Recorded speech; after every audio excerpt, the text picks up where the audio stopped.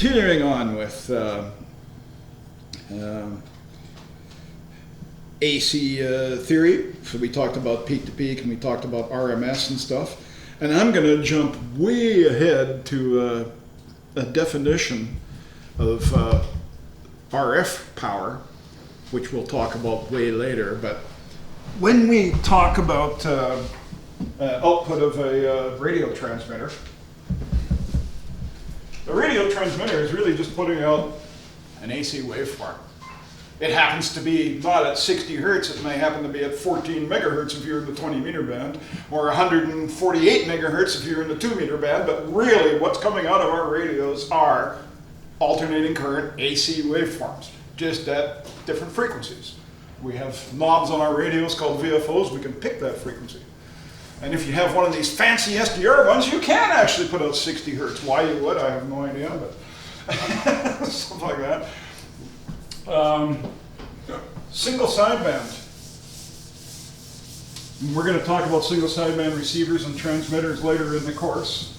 But single sideband transmitters, as most of you probably know, single sideband, when you push the microphone, if there's no audio, there's no output. You have to produce audio before the transmitter puts out power. And basically, to keep it simple, the louder you yell into the microphone, the more power your transmitter puts out. So if you're speaking loudly, you're putting out maybe a full 100 watts. If you're speaking quietly, you may only be putting out 50 watts or something like that, but it does vary with your voice. And the problem is measuring that. Now, it's not one nice continuous sine wave like I was going up there. Now that sine wave is changing with the volume and the intonation of your voice. And human voice, we don't think about this, but voice is very dynamic. And when I say dynamic, all that means is there's loud things and there's quiet things, and there's quite a difference between the two. As I'm speaking to you, when I pause, there's very little sound. When I'm talking in a loud voice, it fills this room quite well. I have a very dynamic voice, correct? So this dynamic is, everything coming out of my mouth is a sine wave. It's not an electromagnetic sine wave. It happens to be an air pressure wave, but same theory. Everything coming out of my mouth is a sine wave. It's hitting your ears, and hopefully you're hearing me and you're not asleep. The dynamics are the silence of this room. If I shut up, all we hear is a little bit of traffic noise and maybe some background hum from things. And when I'm speaking or yelling loudly, well, you're hearing that is dynamic. And it's actually quite a wide range. So I am giving you sine waves, but in the case, the space between my words is very, very small. All you're hearing is a little bit of background noise, but when I'm speaking loudly, they're big. So it's not one nice continuous waveform like I had drawn before, where we can easily measure the peak voltage and the RMS voltage and all that. It's not, it's a dynamic situation. It's changing all the time as you speak. So to measure output of a single sideband transmitter, because the output of the single sideband transmitter follows the amplitude or the loudness of your voice, we need to do that in a different way. And first off, what we do is we do look at the voltage output of the transmitter, but this time we're interested in the peak voltage. Remember earlier I said when we talk about AC voltage, we almost always talk about RMS. Well, in the case of a single sideband, RMS doesn't mean anything because it's so dynamic. The RMS would probably be like 1 or 2 volts. It's just, because the space between my words is basically 0. When I'm speaking loudly, it's up high, and on average, it's somewhere in between. And you try and RMS that, and it really comes out to a meaningless number.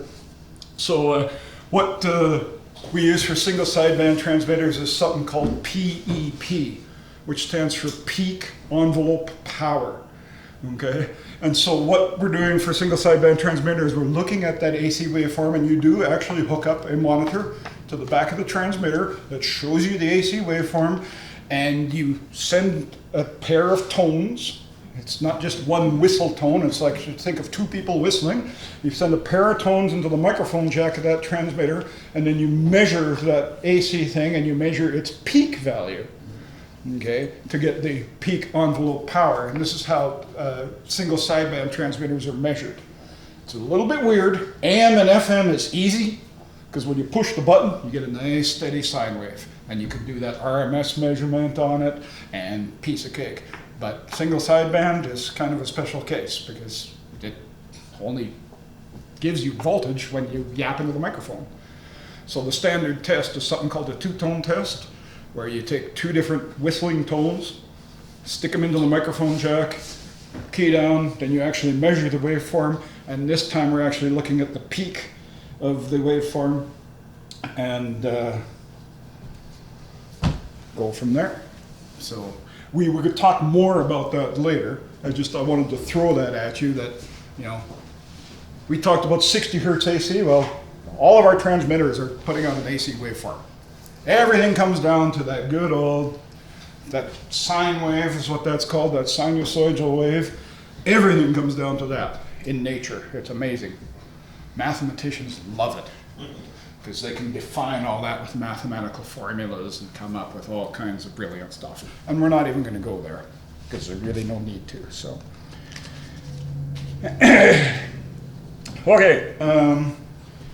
Sticking with AC, we're going to talk about a couple of different effects. And we're going to start with something called capacitance.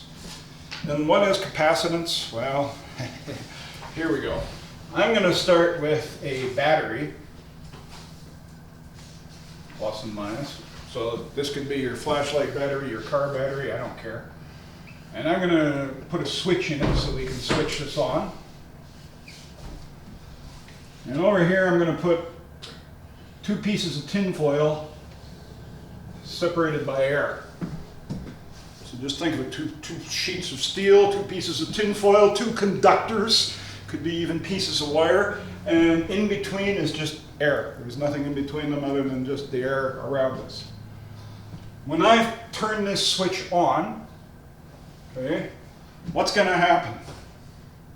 Electricity is going to flow from the negative. Okay. Well, what's going to happen is, somebody said the negative here. So what's going to happen is the negative is going to flow over here, and this plate is going to become negatively charged, and this plate here is going to become positively charged. So I'm doing just a bunch of negatives and a bunch of pluses here to show that. And if this battery voltage, so when I throw that switch, these plates are basically going to become charged to the same voltage as the battery.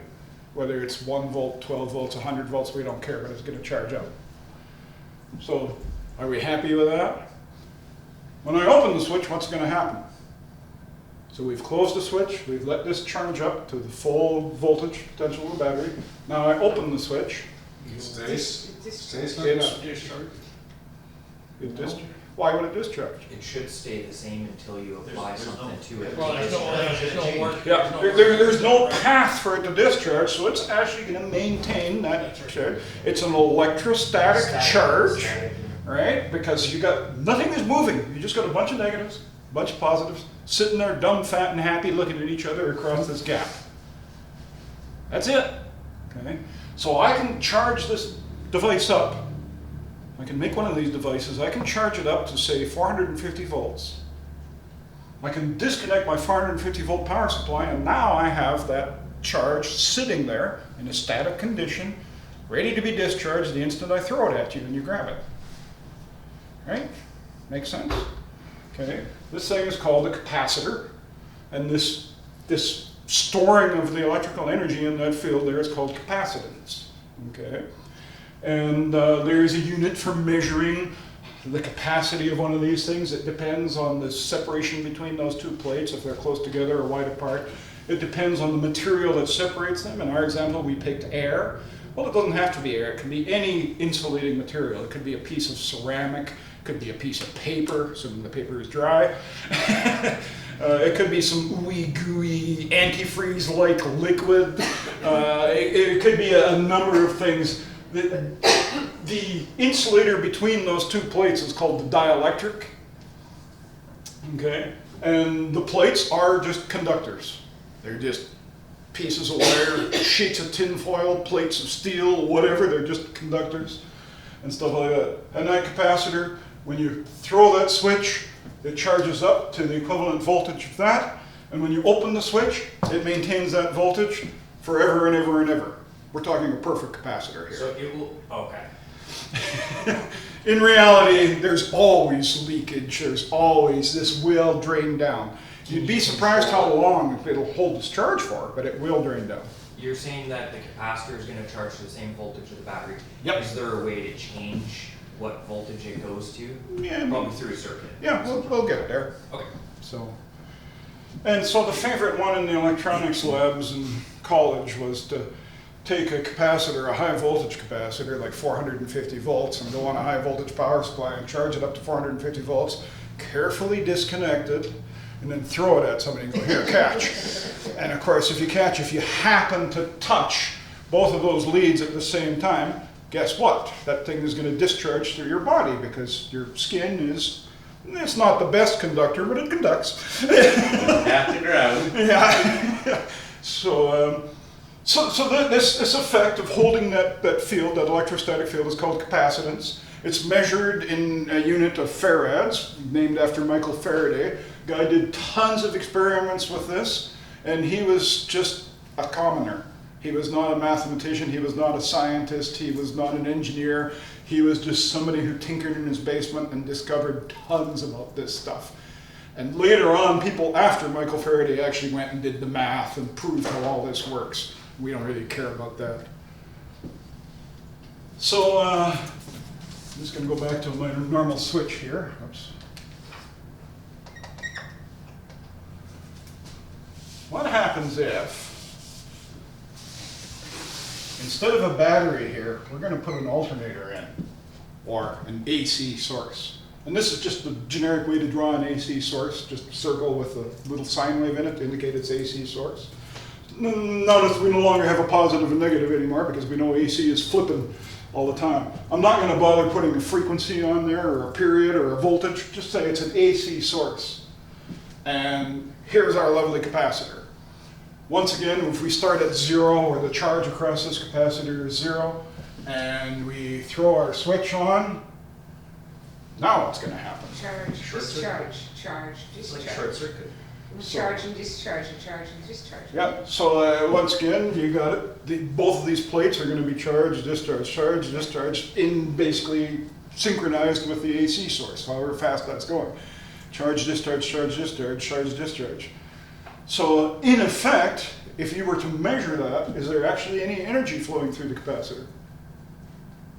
This is the fun part. Technically, no. Okay. But the charges are flipping back and forth. Something's happening. I think you go back to where you're Yeah, there's talking about the energy. sine Spirit wave, flows energy. and that it technically goes to 0, but you still don't want to stick your finger in it. Polarity is flipping all the time. Polarity's So plus flipping. minus becomes minus plus. Plus, minus, yeah, polarity's flipping all the time. Yeah, well, for sake of argument, we can see AC goes right through a capacitor. Like a short circuit. Just like a short circuit, like it's not even there. And how does it do that? Well, I'll show you. You know what AC is a waveform that looks like this. So it comes along and it goes just like that, right through, see? It takes an advanced physics degree to understand how it really works. For now, AC goes through a capacitor. Simple as that. Okay? Simple as that. AC goes through a capacitor, so DC is basically blocked by the capacitor. Capacitor charges up, sits there dumb, fat, and happy. I'm done. AC comes in, the capacitor goes, go. I don't want you to go. Okay? So in effect, you know, it's a simple thing. AC through, DC block. We'll go a little farther than that, but that's the basic concept. Okay, so let's back up and go a different direction. See, I just get to erase. You guys can draw pictures and all that stuff. So we're going to go back to our battery. And once again, I don't really care if it's a car battery or a flashlight battery or something. And we're going to have our switch here again. This time, all we're going to do is take a rusty old nail and wrap 5 or 6 coils of wire around that rusty old nail and hook it up that way. So all this is really is a coil of wire. The core of that coil could be air. It could be iron, something like our rusty old nail, or it could be some other bizarre mineral, something like that. Okay, so basically it's a coil of wire. So if I throw that switch on our DC source, what's going to happen? Current's gonna flow. Current's going to flow, and current's going to flow effing fast. Yeah. Because this effectively is just a piece of wire. So that current is going to go as fast as it bloody well can, and as hard as it bloody well can. However, whenever current flows through a wire, what happens? Magnetic field is created around the wire. And in the terms of our left-hand rule, if the electrons are flowing that way, the magnetic field is going around the wire that way, right? You know, so we can visualize it. When it hits this, all these coils are going to get a magnetic field around them. And since it's already in a coil, these fields are going to add up. And you're going to effectively end up with one fairly strong magnetic field around that whole coil. And the whole coil becomes a reservoir of magnetic energy. So the magnetic field is going to be something like this around the coil, and in 3 dimensions. So it's coming out of the board and back into the board and stuff like that. So once again, when we throw that switch on, some of the energy from the battery is going to be used to build this magnetic field. But after that magnetic field is built up and is at steady state, in other words, it's as strong as it's going to get, current's just going to keep going and going and going until the battery dies. That's a short circuit. It's a short circuit. Now, if I open that switch, okay, so we had it up to steady state, we had the magnetic field. Now I turn off the switch, or I open the circuit. Now what happens? Well, your magnetic field goes away. The magnetic field is still sitting there, and that magnetic field is just like the charge in the capacitor. This is magnetic field. It took energy to build that magnetic field. So it's gonna keep that field. Well, the conservation of energy says, we use so much energy to build the field, that field is going to collapse because there's no current flow now to keep that field going. That field is going to collapse. But conservation of energy says if it took energy to create it, that means when it collapses, it's going to create energy. Right. Okay? So what happens is now we have a collapsing magnetic field. So we have a moving magnetic field because it's shrinking down. And that magnetic field is going to slice through this conductor, these wires, and it's going to generate current flow. Yeah, but there's no circuits open. But there's nowhere for the current flow to go. Yeah, So it's going to get, unless these are superconductors, it's going to heat up the wires. Any little bit of joint resistance in there is going to get heat. And if the coil is big enough and that magnetic field is strong enough, it will actually jump a spark across my switch. And the real typical thing for doing this is you walk up to a light switch and you go poof and you see a little tiny spark in the light switch when you turn it off. Not when you turn it on, but when you turn it off. And that's what's happening. When you turn off that circuit, there's enough inductance in that circuit that when you turn it off, it's going, this magnetic field is collapsing, and he says, I'm going somewhere. And the gap between the switch on these power switches is like, that much. You just jump right across here and you see a tiny little spark. Nothing wrong with it. That's all the fun what if stuff. that switch is big enough so that they couldn't cause a spark? Yeah. Where's the electricity going to go then? Well, it will dissipate in the internal joints, internal resistance, stuff like that. Really? Where? I don't understand where it's going Yeah, to go. well, there's no such thing as a perfect conductor. You know, even the best copper wire we have still has a certain resistance per. So it will slowly dissipate. Well, yeah, it'll dissipate. So this, of course, is called inductance.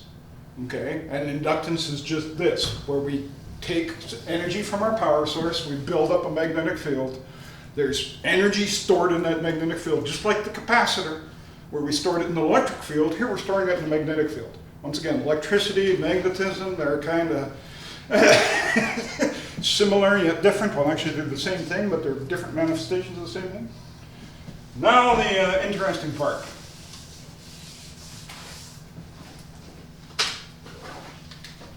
What happens when we put an AC source in here? Okay, so we're going to have our AC source, we throw the switch, So now, when the current's flowing one direction, that magnetic field is going to build up, but hang on, the current stops and goes the other way. So now that magnetic field has to collapse back down to zero and build up in the opposite direction. So in other words, if north was up here and south was down there, it's got to stop and flip those poles. Okay, and then likewise on the next cycle, it's got to flip them back and flip back and flip back and flip back and flip back. It takes time and energy to do that. It takes energy to do that, for sure, absolutely. You know, the magnetic field, it does take some energy to build that magnetic field. And it doesn't matter if the field is upside up or upside down, it still takes energy to do that. So when you provide AC into this coil, this inductor, does anything happen? It's gonna slow down, it's gonna stop. It's going to stop. Yeah. And the reason it's going to stop is it needs energy from that AC waveform to build that magnetic field. But hang on, now you're building it the other way. But hang on, now you're going to build it the other way. It stops. Right? Magnetic materials are lazy. There's a property called reluctance. They don't want to change their magnetic field. You have to really fire energy at an inductor to change its magnetic field. Okay, so there's something called reluctance, and they don't want to do it. So effectively, to an AC waveform, AC doesn't even go through that thing. You can consider it to be a switch that somebody forgot to turn on. It's open. Don't know who that is. Come vote for me. Probably. Yeah. So DC through an inductor squirts on through. Effectively, that's just a piece of wire. Sure, it might have some coils in it, but still, it's a piece of wire. So DC through. AC, on the other hand, this magnetic field is going, okay, I'm going, oh, hang on, I'm not going, oh, no, hang on, I gotta go the other way, oh, no, hang on, I gotta do this. The magnetic reluctance basically makes it like it's not even there, like an open circuit. So capacitance and inductance, when we talk about AC, they're evil opposites. You know, a capacitor, AC goes right through it. An inductor, AC is basically blocked by it. Should almost be called a reluctor. Yeah. Well, there is reluctance and all kinds of stuff like that. So,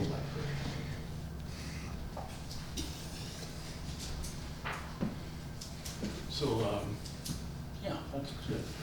If the frequency of our AC source is very low, let's say it's 1 hertz, in other words, 1 cycle per second. So this inductor now has a whole half second to build that magnetic field and a whole half second to drop it and build it the other way. It'll actually pass some current. Lower the frequency, the more. The lower the frequency, and well, remember at DC it's going to pass all the current, right?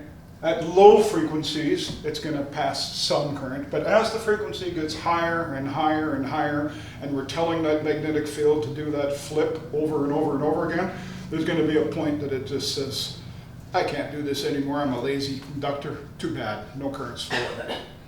So it is frequency dependent, depending on the frequency of our AC source. Fundamentally, just remember, AC gets blocked by an inductor, but really it gets blocked depending on the frequency. So the inductance here is, once again, it can be measured, and the units of measurement are called henries, which is a capital H, okay? And you can go and you can hand wind your own, take some wire and wind in the coil, and there's tables that you can look up, like in the ARRL handbook, that have coil winding tables that say if you take this size of wire and you make 5 coils of this diameter, the inductance of your thing is going to be 1 millihenry, something like that. You can do this. You can buy commercially made inductors that are made to a particular value and all that kind of fun stuff. So in effect, an inductor is a frequency-dependent resistor, for lack of a better word, right? Depending on the frequency, it may be more or less a short circuit, or it may be completely open, or it's somewhere in between, okay? We don't like using the word resistance because resistance is talked about in a DC circuit. So in an AC circuit, we call it something else. What do we call it? Reactance? No? How about reactance? Reactance? Yeah, that sounds I'll good. go for that too. So reactance, because we don't want to talk about resistance, is X. So the reactance of an inductor, XL, inductors are always an L for some reason in electronics, okay, is equal to 2 times pi times the frequency times the inductance in henries. And forget about the 2 pi, but just look at this. If the frequency is 0, our AC resistance is 0. The lower the frequency, the more this is going to let through. The higher the frequency, the less it's going to let through. Does that make sense? So if I gave you a 1 millihenry inductor and I said we're plugging 60 hertz into it, you can tell me what the inductive reactance is of that. It's just a matter of plugging it into a formula. This is about as tough as our math gets. Well, the next formula, there's a formula coming up soon that has a square root in it, and that's as tough as it gets. Okay. In the case of a capacitor, think of a capacitor, let's go back to it again. I'm not going to redraw it on the board. But remember the capacitor who said DC doesn't go through it at all. It just charges up and sits there dumb, fat, and happy. AC goes through it. Well, once again, depends on the frequency of the AC. Okay. Low AC values, lower frequencies are pretty much blocked by a capacitor. High frequencies go squirting through the capacitor like nothing.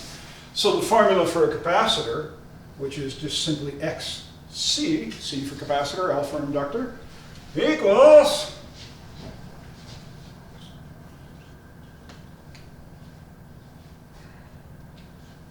One over the whole thing. just the inverse. Inverse, yeah. They're opposites. And once again, without worrying about math and stuff, if the frequency is 0, well, 1 over 0 is infinity. That means the thing's going to be wide open. But if the frequency is extremely high, let's say megahertz, gigahertz, whatever, this number is going to be very low. So the higher the frequency, the lower it is, stuff like that. Isn't that cool? Yep. So that's not too bad, is it?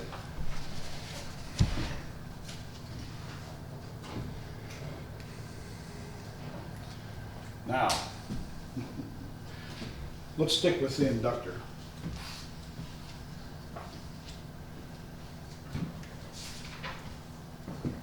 And I want to go back to my battery.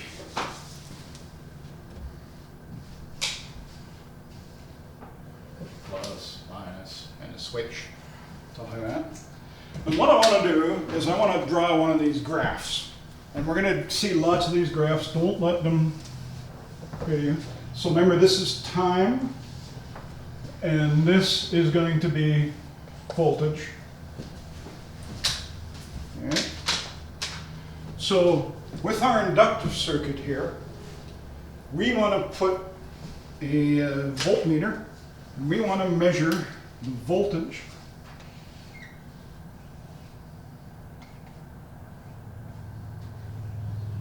from there to there. Okay. So the voltage is going to be blue. So the instant we throw that switch on at time 0, the voltage across that inductor is 0. At that exact instant. As current starts to flow through that inductor, some of that current is being used to build that magnetic field.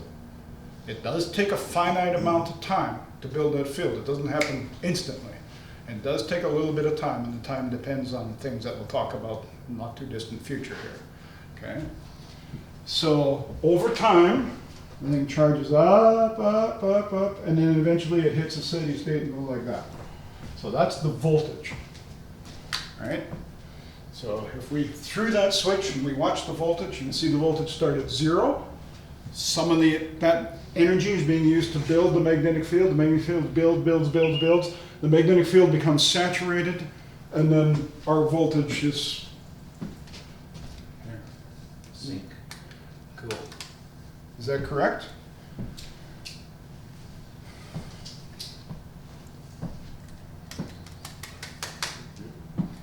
No.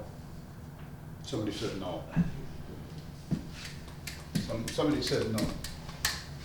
And you're absolutely right, that is not correct. The battery will. What's the voltage across a piece of wire? 0. Mm. What I've actually done here is I've put the wrong thing in. This should be current. Zero's full. It should be Yeah, I. The voltage should be same. Current flow, okay? So the current flow is going to be 0. We throw the switch. As current flows into this inductor, or I, or current, that current is going to be used to build that magnetic field. So we use it. Once the magnetic field gets built, then current will just continue to flow like it's a short circuit. Okay? But now let's talk about voltage. Voltage I'll put in red. I can do this because I got colored pens. The inverse of that. So the instant we turn it on at 0, voltage is going to be whatever the battery is. Right? It's going to be up there somewhere. And as the current flows through and builds this magnetic field, the voltage is going to go down, down, down, and down. And eventually come down to 0 as the current maximizes. And these two should be, well, that's not too No, it much. should go down, should keep me down, right, no? So actually, Straight line down, then level up, no? yeah, I'm kind of drawing that backwards. It should be more like Down first and then level up. this. Yeah. That's more like it. The inverse. Okay. So, if you're a fly and you land on the wire right there, this is your observation point right here. Okay. And you can see the voltage and the current. From your perspective, you will see voltage appear first, current appear second. Okay? Does that make sense? From that observation point, if you're a fly who lands there and you say, I'm going to watch the current and the voltage here, the first thing that you're going to see is voltage appear. Oh, I got voltage. And then you're going to see the voltage drain away, but then a little time later you're going to see the current comes up. So a simple way to say this is E, or voltage, leads I. In other words, all that means is I'm seeing voltage first, I'm seeing current second. That's all I'm saying from that point of view. Okay? Shouldn't, as your voltage drops, shouldn't your current also drop because there's not enough push? Well, it's a piece of wire. Inverse, voltage is inverse of current. Yep. They're in inverse, so one does the other does the other. But, so E comes first, or voltage comes first, I comes second. If it was a capacitor, what do you think? Should we draw out a cap just for fun?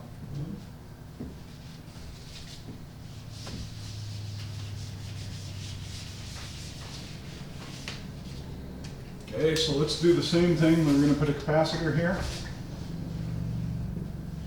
Okay. So if we're going to look at voltage, voltage will be blue in the case of a capacitor. At the instant you throw that switch, the voltage across capacitor is 0. When you throw that switch, charge is going to move from our battery source and it's going to charge that capacitor. So the voltage is going to start at 0 and eventually go up, and then the capacitor is going to reach full charge and it's going to sit there dumb, fat, and happy. The current, when you throw that switch, initially current is going to flow into that capacitor to build that charge. It takes a little bit of time, not much, but it does take time to build that charge. It's not 0, it's not instant, it does take time. So the current is going to start high, and as the capacitor charges up, goes down to effectively 0. So just switch the I and V around. Precisely. So E leads I in an inductor. Okay. I leads E in a capacitor.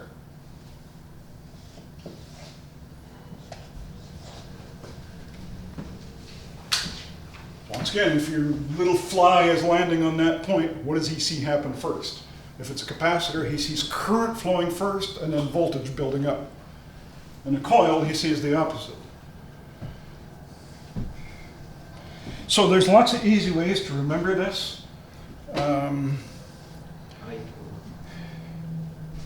How about Eli leads the Iceman?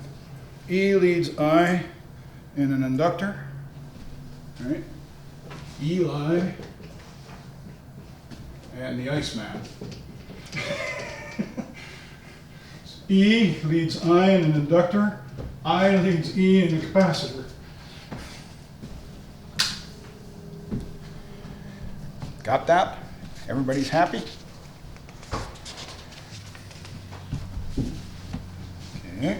I think everybody's happy. I don't hear any complaints. Oh, you're looking for that? Page 1-12.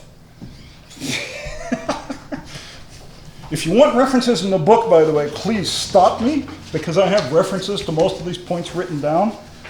And if you go on page 1-12, right down near the very bottom of the page, they talk about Eli sells ice or something like that. It's there, okay? So, I like that one. yeah, there's different ways to remember it, but us electronics types, we just remember it. There's different ones there too. So, we talked about the coils. Yeah, we talked about coils.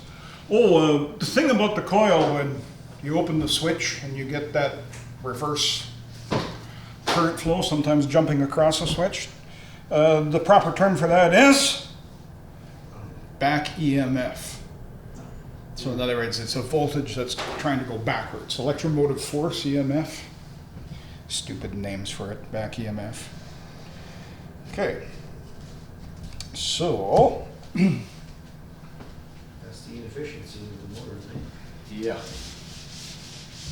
Yes, if you run anything with coils of wire, i.e. an electric motor, is an inductor.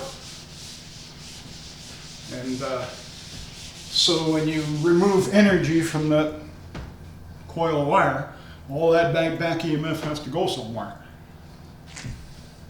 And so commercial motors will have big contactor kind of relays on them that can flip off to a load bank and all kinds of stuff to solve these problems. But these problems have been known since the days of Michael Faraday, which is roughly 300 years ago. And the thing is, Faraday was just a hobbyist. He didn't understand this, but he discovered a lot of it. He says, look what happens when I open this coil and this big zap spark comes out. He didn't understand why it was happening, but he demonstrated it.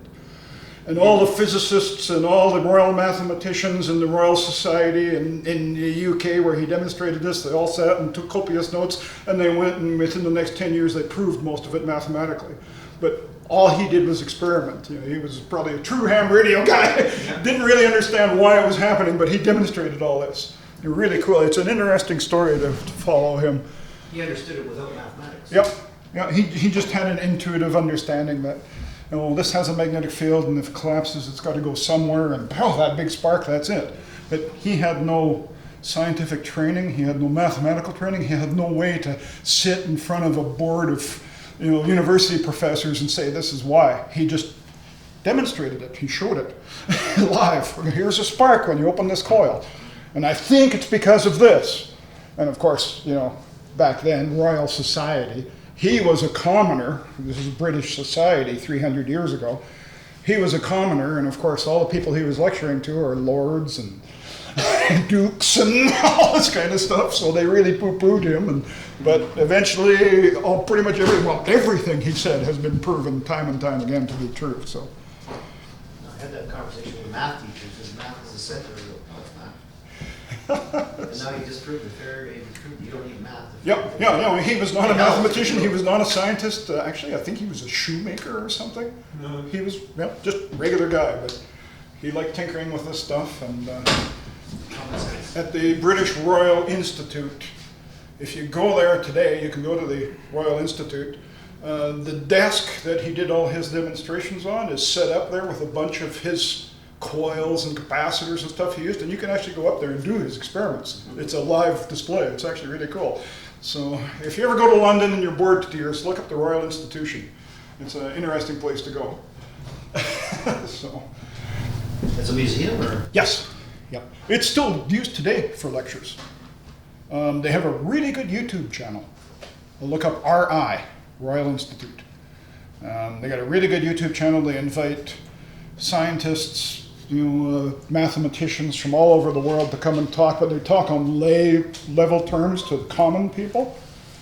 And they stand at the desk that Faraday stood at, and they give lectures. So it's RI, Royal Institute. Okay, let's go back to, I like capacitors because, what am I doing? Oh yes. Okay, so we're going to draw our lovely battery again. And our switch. And this time, we're going to put a resistor in here. And all a resistor is a component that exactly what its namesake is. It resists the flow of electricity. Okay? So we know from talking in the past that when you throw this switch, current is going to flow into this capacitor. That current is going to build a charge on the plates of the capacitor. The capacitor is going to charge up to the voltage of the battery, whatever that voltage may be, and it's going to sit there dumb, fat, and happy. Right? Same thing is going to happen here. I'm going to throw the switch. Current is going to be slowed down a little bit by this resistor because it resists the flow of current, but it's still going to go through. Still going to charge up that capacitor. The capacitor is going to reach a full charge and sit there dumb, fat, and happy when it hits that lovely voltage. How long does it take? It doesn't happen instantly. It's a finite amount of time. How long does it take to charge up this capacitor? That's the question. Depends on the size of the capacitor. Depends on the size of the capacitor. Also depends on the size of the resistor. Yeah. Yeah. And the voltage. And the voltage. And the voltage to some extent, yes. What if I tell you it takes 5 time constants?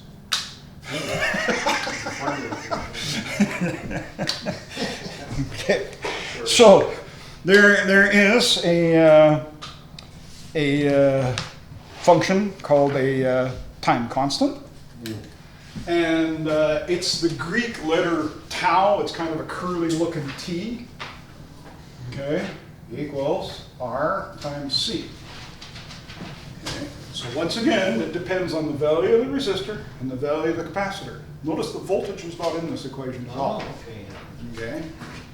So 5 of these things is considered a full charge. Okay, 5 time constants is considered a full charge. That's the tau? Is that what it's called? Tau, yeah, it's the Greek letter tau. It's kind of a curly looking T. In the book, they're just using a capital T. Tau. In the book, they're using L over R instead of RC. Which is, Yeah, well, yeah, yeah. I'm using capacitor. I could have easily used a coil for the same thing. Each 11 is for capacitors. Yep. So, if you want to look, it's on page 1-11. Yep. Which the topic there is capacitors and time constants, and you can see they use kind of an italicized T. It's actually the Greek letter tau, so it's kind of a curly looking T. yeah, But T for time constant is that. Now, if you look on that same page, that's page 1-11, there's three little figures. There's one that shows a schematic diagram of a battery and a 20 kilo ohm resistor and a 5 microfarad capacitor. And just below that, figure 1-14 says time constants. You see that? So after 1 tau, so I'm going to write kind of curly T here, and voltage across our capacitor. So 1, 2, 3, 4, 5. Okay, so after 1 time constant, we have 63.2% of our voltage. So it's charged up more than half, 63% after 1. After 2 time constants, it is 86.5%. After 3, 95 is getting there. After 4, 98.2, 98.2, and after 5, 99.3. 0.3%. 99.3% is where we say good enough. We consider the capacitor to be fully charged. Incidentally, the capacitor never reaches full charge. It takes infinity. So we have to draw the line somewhere and say our capacitor is fully charged after 5 time constants, which is 99.3% of the voltage. That's like a standard, 5 tau? 5 tau is the standard, I heard yep. 3 tau before, but that's not. No, 5 tau. Oh, okay. 5 tau is the standard if you want to say either your capacitor or your inductor. We could have just as easily done this with a coil and, Oh, okay, 5 tau. and stuff like that. So on the exam, the question they're going to ask is, a capacitor reaches blank of its charge after 3 time constants. Then you need to know that 95. Okay? So the concept of it takes time to do this, and how long does it take? Well, it takes 5 time constants, which is 99.3% of full charge. Okay? I like that one. Yep. 395. So 395, 599. for the inductors, I'm not going to write coils and go through it, but going through the book on the bottom of page 1-13, they start talking about inductors and time constants. It's just the opposite. Tau is equal to L divided by R instead of R times C. And they don't even show the little graphs of the charging curves or anything like that, but the way the time works out is just fine. They actually do a calculation of time in seconds there. The time constant would be the same. That's right. Tau is tau. Yeah. And it still takes 5 tau to, whether it's a capacitor or a coil, we don't care. Capacitor and inductor, but 5 tau is considered full bore. Okay, we got lots of time yet. We're doing good. When's the pizza get ordered, Perry? After 5 tau. They open at 11. Oh, okay, so it's just after.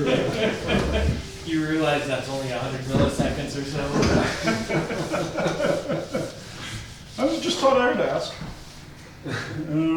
So that tau, Tau is just, sorry, Yep. the amount of actual time depends will be on dependent the value of the Okay. resistor and the capacitor in our choice. RC. That notice. Tau and the amount of charge remains the Yep, same. that percentage, that percentage or that ratio, if you want to call it that, stays the same.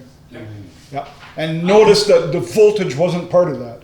It doesn't matter if it's 1 volt or 1,000,000 volts. The time constants are still the same. It's just the percentage. Yeah. Right? Okay.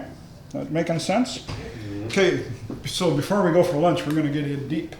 You ready? This is going to be fun. So going on, so like I say, it all takes time. Time constants. The 5 tau thing is universal standard. When somebody says my capacitor is charged, that means at least 5 time constants have gone by. The time constant relies on the size of the capacitor and the size of the resistor in the circuit. In the case that there's no resistors in the circuit, well, wires still have some very small resistance. It's always there. So charging of a capacitor or an inductor is never instantaneous. It doesn't happen instantly. It does take time. It may be a very short amount of time, millionth of a second, but it does take time. And that's important, actually, And it's very important. for tuning in. Yeah. So, and really for the exam, they're asking the stupid percentages. So the question will be something like, after 3 time constant, the capacitor has reached blank percent of its charge. And they will give you the 4 answers, and they'll all be right. You got to figure out which one is the rightest one. So, Correct. yeah, yes, the correct one. And sometimes it's the Industry Canada correct answer, not the Electronics Engineering correct answer. There's a couple of questions that are actually Well, I wrong. found out on that first exam, Yep. there was stuff there. There's a few that are wrong. It's been brought to their attention time and time and time again, but to get these question banks updated is like a 5-year-long process. It's horrible, because it's got to go through French translations, and now it's just, it's federal government, it's what you expect. Have they What you're changed telling me is they should take the tau and apply it to the. Yeah, yeah, get it done in 5 tau, but Yeah. Have they Yeah, that's changed Ice the exam Ages. questions to reflect the new, not Industry Canada? no. They have, No. okay. Once again, they have to do all the forms in both languages Yeah. and get them passed by And then committees. And, once, whoever next one, they'll change the name back to something. yeah, else. and That it's seems to be just, it's So they could add Chinese now. like I say, it's at the speed. And of course, amateur radio is not the highest priority of our federal government for some reason. I don't understand that. But